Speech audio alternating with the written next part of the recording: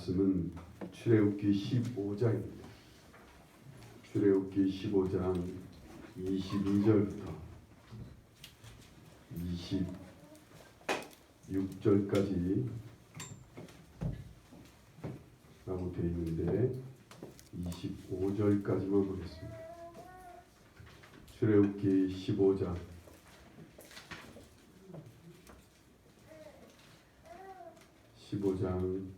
22절부터 25절까지만 다 같이 함께 보실까요? 출애굽기 15장 22절부터 25절까지 25절에 되었더라까지만 보겠습니다. 다 같이 함께 보겠습니다. 모세가 홍해에서 이스라엘을 인도하되 그들이 나와서 수르 광야로 들어가서 거기서 사흘 길을 걸었으나 물을 얻지 못하고 마라에 이르렀더니 그곳 물이 있어서 마시지 못하겠으므로 그 이름을 마라라 하였더라. 백성이 모세에게 원망하여 이르되 우리가 무엇을 마실까 하매 모세가 여호와께 부르짖었더니 여호와께서 그에게 한 나무를 가리키시니 그 나무에 던지니 물이 달게 되었더라. 아멘. 여기까지만 말씀을 준비했습니다. 우리의 인생을 물맛으로 표현한다면 아주 호시절, 아주 즐겁고 일이 잘 되고 기쁜 때를 무슨 물로 단분히 표현하죠? 단맛 나는 물로 표현합니다. 심지어는 그래서 결혼하고 얼마 안 된 사람들을 뭐라고 말해요? 허니문 기간이라 꿀물이 떨어지는, 꿀이 떨어지는 시간을 보낸다 그러죠. 꿀물 같은 삶을 산다 그래요. 그러는 반면에 또 두 번째로는 그저 그런 때가 있어요. 아무 재미도 그렇다고 아무 어려움도 없는데 이럴 때는 무슨 물로 표현할 수 있어요? 맹물 같은 그런 삶이죠. 맹탕 같은 그런 삶이라고 표현하기도 합니다. 근데 어떤 반면에 또 어떤 때는 무척 힘들고 고생스럽고 괴로운 때를 보낸 때가 있어요. 이때는 무슨 때라 그래요? 아주 쓰디쓴 물을 마시는 때라. 한자로 표현하면 뭘 마신다고 그래요? 고배를 마신다는 말 들으셨어요? 이때는 고배를 마시는 때입니다. 고배라는 게 쓸 꽃자 잔 배자를 써서 쓰디쓴 잔을 마시는 그런 시간을 인생의 고배를 마신다 그렇게 표현하기도 합니다. 세 가지의 물로 표현하고 있어요.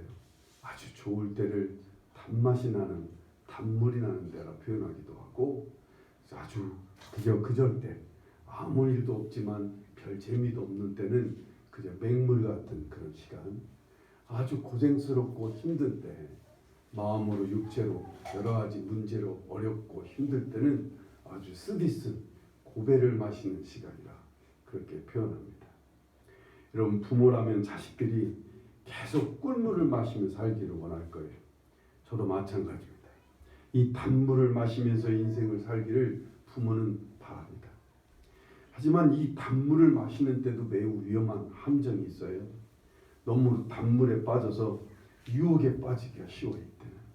이때는 방탕에 빠지기도 하고 자만에 빠져서 망치게 될 그런 위험도 있긴 있지만 그래도 우리 자식들만은 늘 단물을 먹으면서 살기를 간절히 바라는 게 부모 마음일 거예요. 부모는 자녀가 인생에 쓴 잔, 그 쓰디쓴 잔, 쓴 물을 마시는 시간을 보내기를 바라지는 않습니다. 근데 인생을 살고 보니까 어떤 사람도 이 쓰디쓴 고배를 안 마시는 사람이 없어요. 그래서 부모는 바랍니다. 자녀들이 이때 이 쓰디쓴 물을 마시는 이때를 잘 헤쳐나가야 할 텐데 라는 걱정을 해요. 우리 자녀들이 정말 이런 어려운 순간을 만날 때 그 어려운 인생의 시간을 잘 헤쳐나오기를 바라는 마음이 간절합니다. 그래서 막 교육을 시키기도 하고 때로는 충고도 하기도 하고 때로는 그들이 손을 벌리면 그 손을 뻗어서 자녀들이 그 어려운 쓴물의 시간을 빨리 벗어날 수 있게 막 열심히 도와주려고 해요. 하지만 힘이 되진 않아요.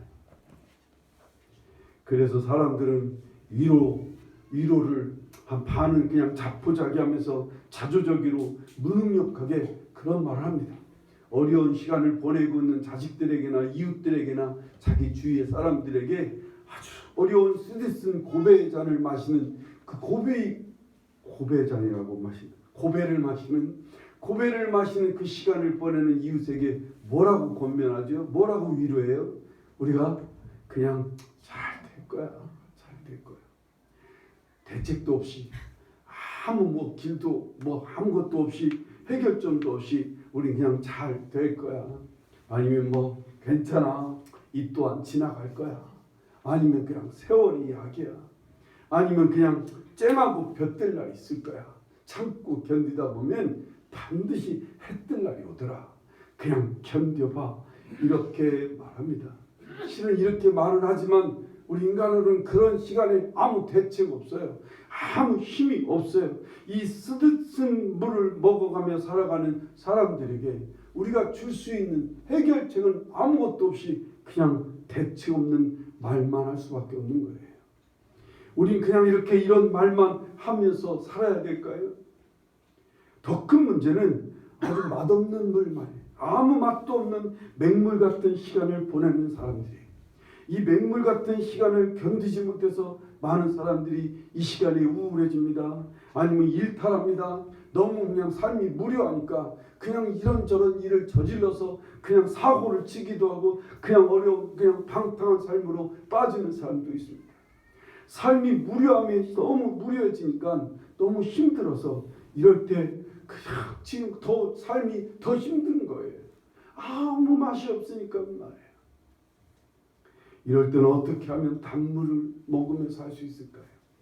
이 맹물 같은 시간을 보내는 인생이 단물로 변할 수 있는 길은 없을까요?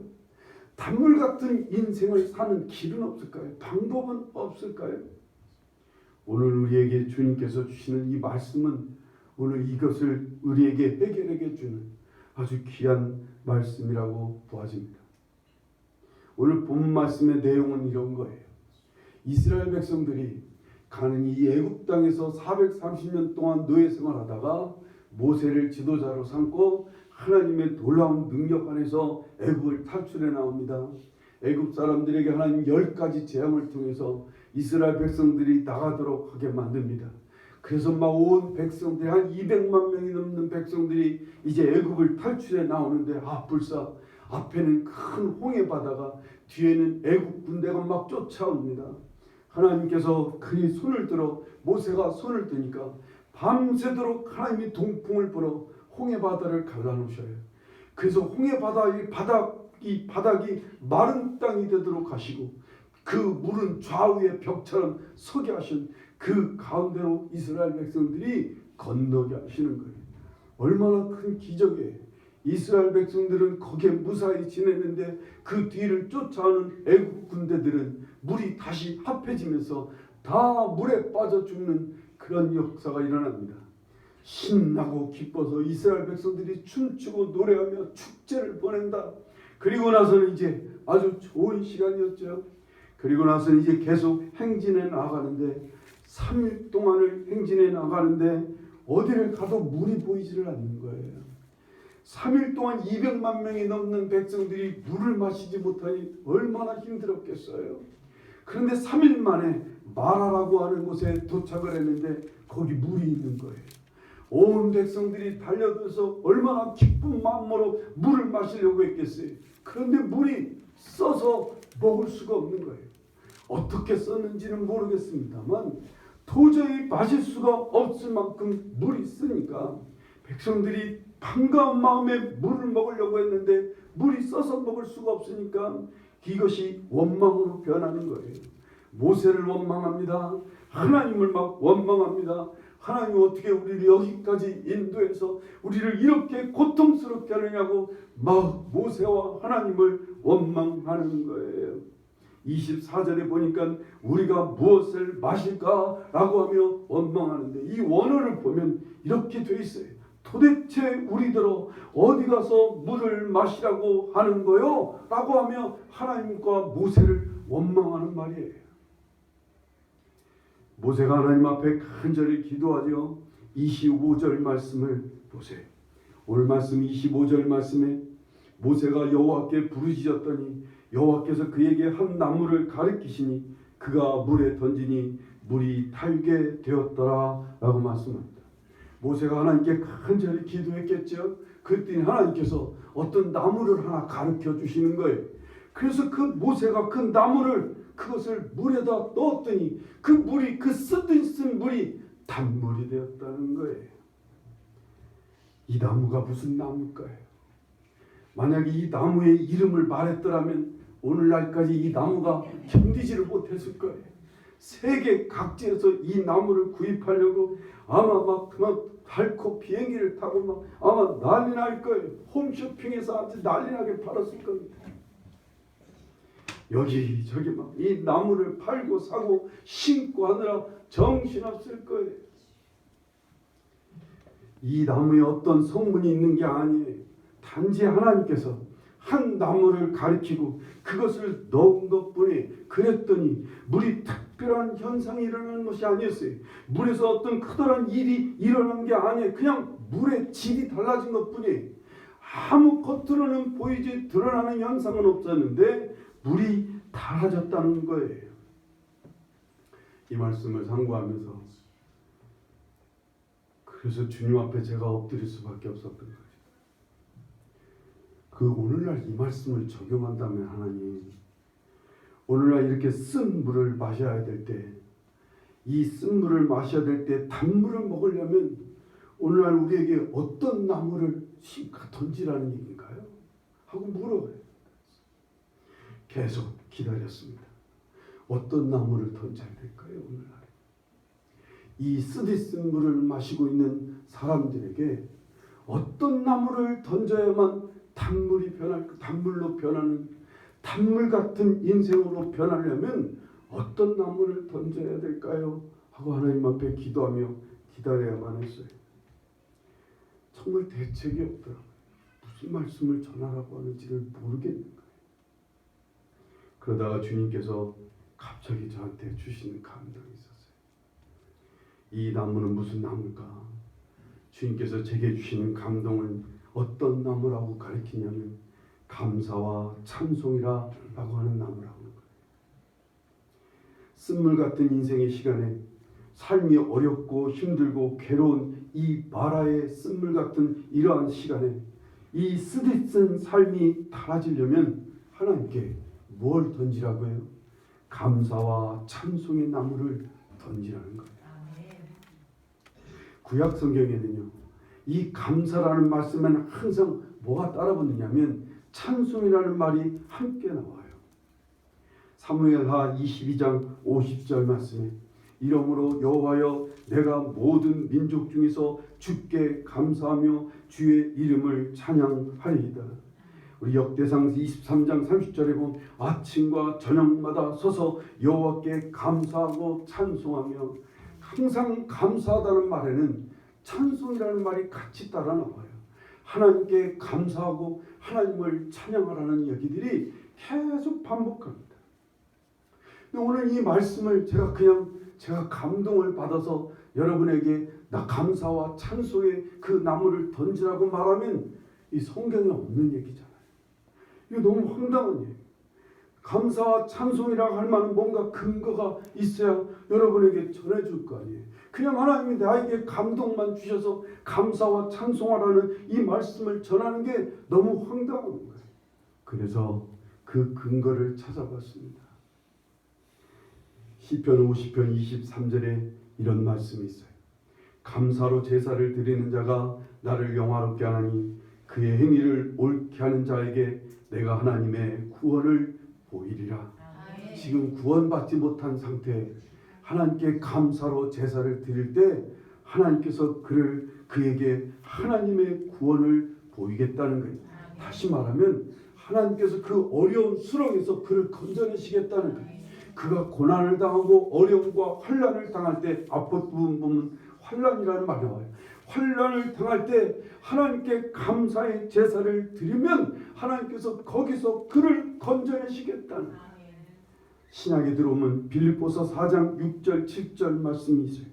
아무것도 염려하지 말고 다만 모든 일에 기도와 간구로 너희 구할 것을 감사함으로 하나님께 아뢰라. 그리하면 그리스도의 모든 지각에 뛰어나신 그리스도 하나님의 평강이 너의 마음과 생각을 지키시리라 말씀합니다. 하나님 앞에 감사함으로 어떤 문제가 생겼을 때 너들 염려하지 말고 기도와 간구를 아뢰는데 감사함으로 하나님께 아뢰래요. 그러면 하나님께서 너의 마음과 생각을 지켜주시라 말씀합니다. 여러분 기회 있으면 이 책을 한번 보셨으면 좋겠어요. 나를 살리는 감사의 기적이라는 책을 쓴 이진희 씨라고 하는 성도가 있어요. 정말 어렵고 고통 속에서 살다가 이분이 하나님 앞에 정말 귀한 경험을 하게 됩니다. 이걸 한마디로 딱 한 줄로 쓴 글이 있어서 여러분에게 읽어드리려고 해요. 난 두레박을 만났다. 그 두레박을 타고 우물 밖으로 나오자 사랑과 기쁨과 풍요와 행복과 성공으로 가득한 세상이 보였다. 그 두레박은 바로 감사하는 것이었다. 하나님께 감사하는 시간을 가졌어요. 그 고통의 순간에, 그 어둠의 시간에, 그 스디슨 마라의 쓴물 같은 그 시간에 이진이라는 성도가 할 수 있었던 것은 하나님께 감사하는 것밖에 없었어요. 그래서 힘써 하나님께 감사했어요. 근데 그게 두레박이었대요. 그 두레박으로 그 깊은 물을 막 행복과 사랑과 그런 풍요의 문이 열리더라는 거예요. 미국의 바바라 존슨이라고 하는 유명한 여성이 있습니다. 이분 신체는 예전에는 아주 평범한 주부였어요. 남편과 4명의 아들을 둔 평범한 주부였는데 어느 날부터 갑자기 불행이 막 연이어 찾아오기 시작합니다. 가장 먼저는 자기가 뇌종양이 됐어요. 40대 중반에서부터 뇌종양에 걸려서 이제 막 고통 속에서 보내고 있는 거예요. 그런데 남편마저도 교통사고를 당해갖고 하루아침에 식물인간이 되어버립니다. 그래서 여러 동안 식물인간 상태로 누워있게 됐습니다. 거기다 또한 자기 큰 아들은, 첫째 아들은 음주운전자한테 치여갖고 그 자리에서 즉사합니다. 둘째 아들은 동성애자가 돼서 집을 나가버리고 맙니다. 셋째 아들은 월남전에 참여해갖고 월남전에 나가서 전사합니다. 남은 아들은 넷째 아들밖에 없는 거예요. 이런 고통의 순간에 그가 하나님 앞에 엎드려서 매일마다 원망하고 울고 불고 죽지 못해서 고통 중에 시달리며 살아가다가 어느 날 갑자기 아무리 하나님 앞에 원망하고 울고 불고 기도하며 슬퍼하고 괴로워해도 아무 해결이 안 되는 거예요. 어느 날 갑자기 하나님 앞에서 이런 생각이 들더라는 거예요. 원망과 불평을 하면서 앞으로 계속 살 것인지 죽을 때까지, 아니면 남은 시간 하나님께 감사하며 살 것인지 선택을 해야 되겠다는 생각이 드는 거예요. 내가 이 둘 중에 하나를 선택한다면 나는 하나님께 감사하면서 남은 시간을 살아야 되겠다. 그래서 그날부터 하나님께 온 힘을 다해 하나님께 감사하는 교로 결단하고 매일마다 감사하는 고백을 하게 됩니다. 매일마다 하나님께 감사의 찬송을 부르게 됩니다. 그런지 겨우 한 달도 안 되면서 몇 년 동안 식물인간 상태로 누워있던 남편이 정말 기적적으로 깨어납니다. 그리고 얼마 안 있어 둘째 아들이 돌아옵니다. 그리고는 전사자 부모들끼리 모이는 모임이 있는데 거기 나가서 이분이 그 전사자들 부모를 여러 말로 위로하는데 자기가 헤어나왔던 이 간증들을 막 전사자 부인들에게, 전사자 가족들에게 막 하는 거예요. 하나님께 감사했더니 이런 기적이 일어나더라고요. 그래서 이분이 쓴 책이 하나 있어요. 아주 유명한 책이라고 그러는데 저는 읽지 못해봤어요. 모자에 재량인 꽃을 꽂고 행복하게 살아라 하고 하는 책을 썼는데 이게 아주 베스트셀러가 됐다고 그래요. 이분은 돌아가실 때까지 미국 전역을 돌아다니면서 하나님께 감사하는 기적이 얼마나 놀라운지, 가장 고통 속에서 가장 세상 사람들이 바라는 최악의 고통의 와중에서 하나님께 감사했더니 하나님께서 그 고통의 와중에 그 쓴 물을 단물로 바꾸셨다고 하는 감정을 하면서 돌아다닌다. 그러다 얼마 전에 돌아가셨다고 해요. 인생이 맹물 같은 날이 반복되더라. 사람들은 이것도 저것도 아닌 것 같은 이 맹물 같은 인생에 지치고 무료해지고 허망해하며 그러다가 삶이 무너져요. 하루하루 그냥 아무 의미 없이 살아갑니다. 이런 맹물 같은 삶에도 주님께서는 뭐 하라고요? 이 감사와 찬송의 나무를 던지라고 말씀하십니다. 데살로니가전서 5장 17, 15절부터 보면 항상 기뻐하라, 쉬지 말고 기도하라, 범사에 감사하라. 이는 그리스도 예수 안에서 너희를 향하신 하나님의 뜻입니다. 고린도서 3장 16절에 보면 감사하는 마음으로 하나님을 찬양하라. 너희들은 감사하는 자가 되라 라고 주님 말씀합니다. 유명한 여러분도 잘 아시는 차인표와 신애라고 하는 탤런트 부부가 있죠. 이 부부가 아이를 둘인가 입양을 해서 아이가 총 4명이에요. 4명의 아이들을 키우는데 아이들이 참 잘 자라줍니다. 아이들이 뭐 하나 구김살 없이 행복한 가정에서 너무 잘 자라니까 이 네 명의 자녀와 차인표 신혜라 부부가 아주 재밌게 잘 삽니다. 그렇게 삶이 정말 잘 되다 보니까 삶이 평범하게 이제 되니까 어느 날부터는 늘 그런 일상이 계속되니까 삶이 무료해지는 거예요. 그냥 그런 삶이 계속되는 거예요. 그래서 삶이 너무 재미가 없는 거예요. 처음에는 아이들 막 그 4명의 아이들을 양육하느라고 막 정신없이 막 신나게 기쁘게 아이들이 커가는 모습 속에서 너무 행복하게 살았는데 아이들도 웬만큼 크고 외국으로 가서 막 공부하고 이러다 보니까 삶이 너무 무료하고 그러다 보니까 자기도 모르는 사이에 우울증이 막 찾아오는 거예요. 그래서 이분이 이 신혜라 씨가 먼저 한 것이 어떤 책을 보다가 하나님께 감사하는 노트를 쓰는 법을 배웠어요. 그래서 자기부터 매일마다 시간을 내서 감사 노트를 하나님께 쓰기 시작합니다. 그리고 자기 식구들 전체 자식들에게까지 다 감사의 노트를 기록하도록 막 강요를 합니다. 자기 남편한테 막 감사의 노트를 막 쓰고 자지 않으면 못 자게 하고 온 자식들한테 감사의 노트를 쓰게 합니다. 그런데 얼마 안 돼서 정말로 자기가 그렇게 삶이 막 단물이 나는 인생이 되려고 애쓴 것도 아닌데 어느 날서부터 갑자기 가족들의 사이에 막 활기가 뜨기 시작합니다. 가족들의 관계가 그 어느 때보다도 더 따뜻해집니다. 아니 그냥 행복하다는 말을 스스럼 없이 할 수 있을 만큼 자녀들이 엄마 너무 행복해, 아빠 우리 너무 행복해, 뭐 이런 소리들을 아이들이 막 자연스럽게 나오는 거예요. 이러한 새로운 삶을 살게 하시고 삶에 대한 막 용기도 생기고 그러더라는 거예요. 우리의 삶이요 이 마라의 쓴물처럼 마실 수도 안 마실 수도 없는 이 쓰디쓴 시간을 어쩌면 보낼 수밖에 없을 때가 있을 거예요. 이때는 성경에서 이것은 마라라고 쓰는 것은 마라라는 말의 뜻이 쓰다라는 표현이에요. 중국말로는 이 마라가 무슨 뜻이에요? 요즘 마라탕 한참 유행이잖아요. 아주 맵다라는 뜻이에요. 맵은 거나 쓴 거나 거의 일맥상통하지 않겠어요? 맵고 매운 인생을 기간을 보내든지 쓰디쓴 인생의 기간을 보내든지 이 쓰디쓴 인생 아주 매운 이런 인생을 단물로 바꿀 수 있는 놀라운 비밀의 것이 뭐예요? 감사와 찬송을 하나님께 드리라는 거예요. 맹물 같은 인생일 때도 마찬가지. 맹물 같은 인생이 계속될 때 하나님 이 단물 같은 인생으로 바꿀 수 있는 비결은 감사와 찬송을 하나님께 드리는 거예요. 저도 한참 아파서 치료를 받을 때 막 밥도 못 먹겠고 속은 막 울렁거리고 힘들어서 하루하루 막 참 힘들게 보내는데 계속 받기 전서부터 제가 힘썼던 것은 하나님께 감사하는 시간을 막 열심히 가졌어요. 열심히 하나님께 감사하고 찬송하는 시간을 힘껏 가졌습니다.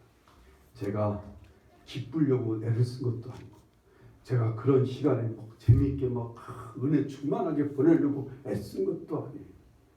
제가 하나님 앞에 여러분에게 자주 얘기하는 거지만 주님이 찾아와 주시는 거예요. 찾아오셔서 위로해 주시고 찾아오셔서 일으켜 주셔서 오늘날부터 마음이 따뜻해지고 누구보다도 행복한 거예요. 제 마음이 너무 행복한 거예요. 주님 안에 있다는 사실이 진짜 행복한 거예요. 그렇습니다. 우리가 갑자기 일이 잘 안 되고 문제가 잘 안 풀리고 그래서 정말 인생이 쓰디쓴 시간이 진행될 때 하나님께 감사와 찬송의 시간, 하나님께 감사하는 일을 막 힘써 해보실 수 있기를 바랍니다. 인생이 갑자기 환경이 달라지는 게 아니에요. 갑자기 우리의 삶이 변하는 게 아니라 인생을 바라보는 눈이 달라지는 거예요. 인생을 느끼는 감각이 달라지기 시작하는 거예요. 똑같은 삶인데 내가 인생을 바라보는 눈과 마음이 느낌이 달라져요. 똑같은 공기를 마시고 있는데 똑같은 하루인데도 오늘 갑자기 괜히 기쁜 거예요. 괜히 신나고요. 괜히 행복하고요. 하나님이 우리에게 막 소망을 부어주시고 하나님이 우리에게 뭔가 만족감을 주시고 뭔가 우리의 삶을 막 밝은 무슨 빛을 비춰주시는 것처럼 빛이 빛나는 그런 삶으로 변하게 될 것입니다. 그리고는요, 우리 앞에 이제 그런 일들이, 밝은 일들이, 단물이 될 수밖에 없는 일들이 막 생기게 되게 하실 거라고 믿으시기 바랍니다. 우리 이번 주간이 우리 감사절기의 시간입니다. 다음 주일이 추수감사주일이죠. 이 한 주간 여러분 그 어느 때보다도 하나님께 감사할 것을 찾아가며 매일 순간순간마다 하나님께 힘써 감사하는 시간을 가질 수 있기를 바랍니다. 맹물 같은 인생이 아니면 쓰디쓴 고난의 시간이 어쩌면 주님께서 오늘 말씀하신 대로 놀라운 단물 같은 인생으로 변하게 하실 수 있으리라 믿습니다. 여러분에게 이런 기적이 막 일어나기를 바라요.